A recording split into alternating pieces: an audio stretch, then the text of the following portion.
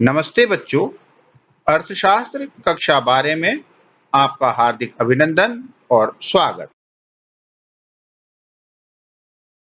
आज हम पढ़ेंगे लागत की अवधारणा, कंसेप्ट ऑफ कॉस्ट, भाग 3, जिसमें हमारे अध्ययन बिंदु रहेंगे अल्पकालीन औसत लागतें तथा दीर्घकालीन लागत।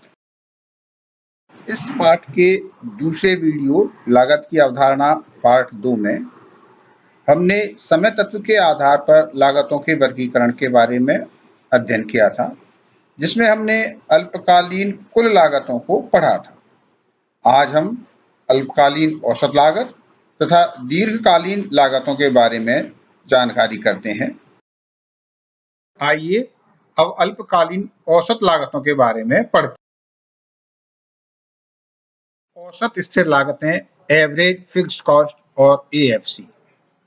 अल्पकालीन कुल स्थिर लागतों में कुल उत्पत्ति की मात्रा का भाग लगाने से औसत स्थिर लागतें प्राप्त होती हैं। ये लागतें उत्पत्ति मात्रा बढ़ने के साथ साथ लगातार घटती जाती हैं, इसलिए इसके वक्र का आकार अतिपरवलयाकार या आयताकार हाइपरबोला होता है। सूत्र के रूप में एएफसी बराबर टीएफसी अपॉन क्यू। जैसा कि आप यहाँ देख सकते हैं, यह वक्र ऊपर से नीचे की ओर गिर रहा है। इसके साथ ही यह दाईं ओर जा रहा है। दाईं ओर जाने का मतलब है कि उत्पादन बढ़ रहा है एवं नीचे जाने का मतलब है कि औसत लागत गिर रही है।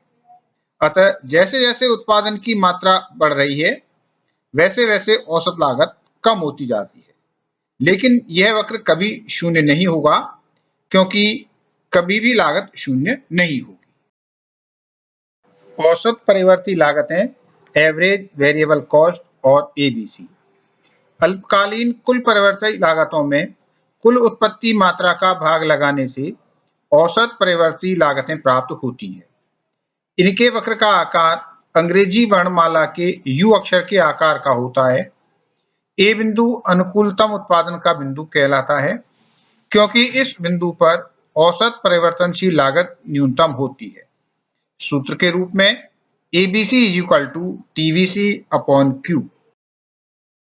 औसत कुल लागतें, एवरेज टोटल कॉस्ट और AC। अल्पकालीन कुल लागतों में कुल उत्पत्ति की मात्रा का भाग लगाने से औसत लागतें प्राप्त होती हैं। इसी प्रकार औसत स्थिर लागतों और औसत परिवर्ती लागतों का योग भी औसत लागत के बराबर होता है। इनके वक्र का आकार भी अंग्रेजी वर्णमाला के यू अक्षर के आकार का ही होता है। सूत्र के रूप में AC is equal to TC upon Q या AC is equal to AFC plus ABC। अल्पकालीन सीमांत लागत, शॉर्ट रन मार्जिनल कॉस्ट और SMC। अल्पकाल में फर्म द्वारा वस्तु की एक अतिरिक्त इकाई का उत्पादन करने पर कुल लागत में जो परिवर्तन होता है, उसे सीमांत लागत कहते हैं। इनके वक्र का आकार भी अंग्रेजी वर्णमाला के यू अक्षर के आकार का ही होता है।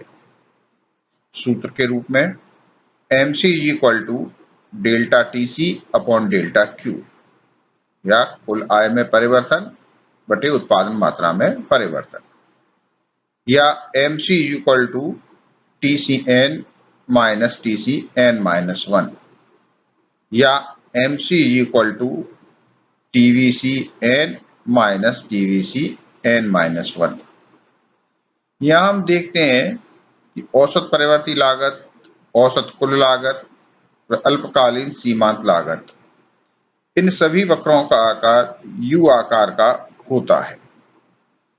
ऐसा इसलिए होता है क्योंकि पहले ये सभी लागतें गिरती हैं, लेकिन उत्पादन बढ़ने के साथ साथ ये बढ़ते दर से बढ़ती हैं। उपरोक्त लागत अवधारणाओं को निम्नलिखित तालिका के माध्यम से सरलता से समझा व ज्ञात किया जा सकता है। यहाँ हम तालिका में देख सकते हैं कुल उत्पादित इकाइयाँ Q, कुल स्थिर लागत TFC, कुल परिवर्ती लागत TVC, कुल लागत TC, औसत स्थिर लागत AFC, औसत परिवर्ती लागत ABC, कुल औसत लागत AC और सीमांत लागत MC दर्शाई गई है। यहाँ हम ये भी देख रहे हैं कि कुल उत्पादित इकाइयां Q का मान लगातार बढ़ने पर भी कुल स्थिर लागत TFC समान बनी रहती है, जबकि कुल परिवर्ती लागत TVC बढ़ती जाती है। कुल लागत TFC और TVC का योग होती है। औसत स्थिर लागत AFC TFC अपॉन Q के बराबर है। औसत परिवर्ती लागत ABC TVC अपॉन Q के बराबर है। AC AFC प्लस ABC के बराबर है तथा सीमांत लागत delta TC upon delta Q कुल लागत में परिवर्तन बटे उत्पादित इकाइयों की मात्रा में परिवर्तन के बराबर है। उपरोक्त तालिका में सभी मान विभिन्न लागतों के ऊपर दिए गए सूत्रों का उपयोग करते हुए ज्ञात किए जा सकते हैं। विभिन्न अल्पकालीन वक्रों का रेखा चित्र में निरूपण। हमने OX अक्ष पर उत्पादन मात्रा एवं OY अक्ष पर लागतों को लिया है। हम यहाँ देख सकते हैं कि औसत स्थिर लागत वक्र या AFC वक्र का आकार अति परवलयाकार है, जबकि औसत परिवर्ती लागत वक्र ABC, औसत कुल लागत वक्र AC तथा अल्पकालीन सीमांत लागत वक्र SMC का आकार U आकार का है, जिनके बारे में हम पूर्व में पढ़ चुके हैं। SMC वक्र अन्य तीनों वक्रों को क्रमशः A, B तथा C बिंदु पर काट रहा है। रेखाचित्र के संबंध में यह ध्यान देने योग्य है कि कोई भी वक्र Y अक्ष को स्पर्श नहीं करता है, क्योंकि उत्पादन शून्य होने की अवस्था में इकाई लागत का प्रश्न ही उत्पन्न नहीं होता। उत्पादन का पैमाना बढ़ने के साथ साथ औसत स्थिर लागत घटती जाती है, इसलिए इसकी आकृति अति परवलयाकार होती है। इसी प्रकार औसत परिवर्तनशील लागत प्रारंभ में उत्पादन बढ़ने के साथ घटती हैं, किंतु फिर एक न्यूनतम बिंदु के बाद बढ़ने लगती हैं। औसत लागत, औसत स्थिर लागत एवं औसत परिवर्तनशील लागत का योग होती है। औसत लागत रेखा भी प्रारंभ में गिरती है, किंतु फिर एक न्यूनतम बिंदु के बाद ऊपर उठने लगती है। चित्र से स्पष्ट है कि इस रेखा का न्यूनतम बिंदु C ABC वक्र के न्यूनतम बिंदु B के दाईं ओर है। निम्नतम बिंदु के पश्चात ABC लगातार बढ़ती है, परंतु AFC गिरती है।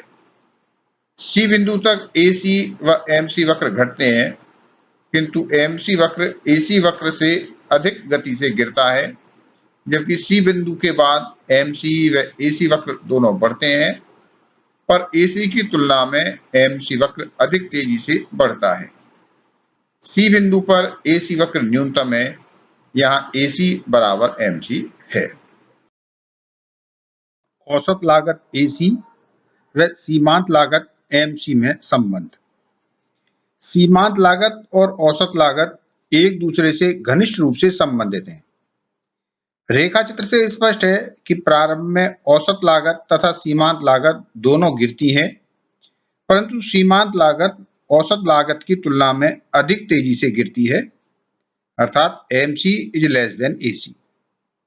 उत्पादन के जिस बिंदु पर औसत लागत और सीमांत लागत बराबर होती हैं, यानी MC is equal to AC, उस बिंदु पर औसत लागत न्यूनतम होती है, अर्थात MC वक्र AC वक्र को उसके न्यूनतम बिंदु पर काटता है।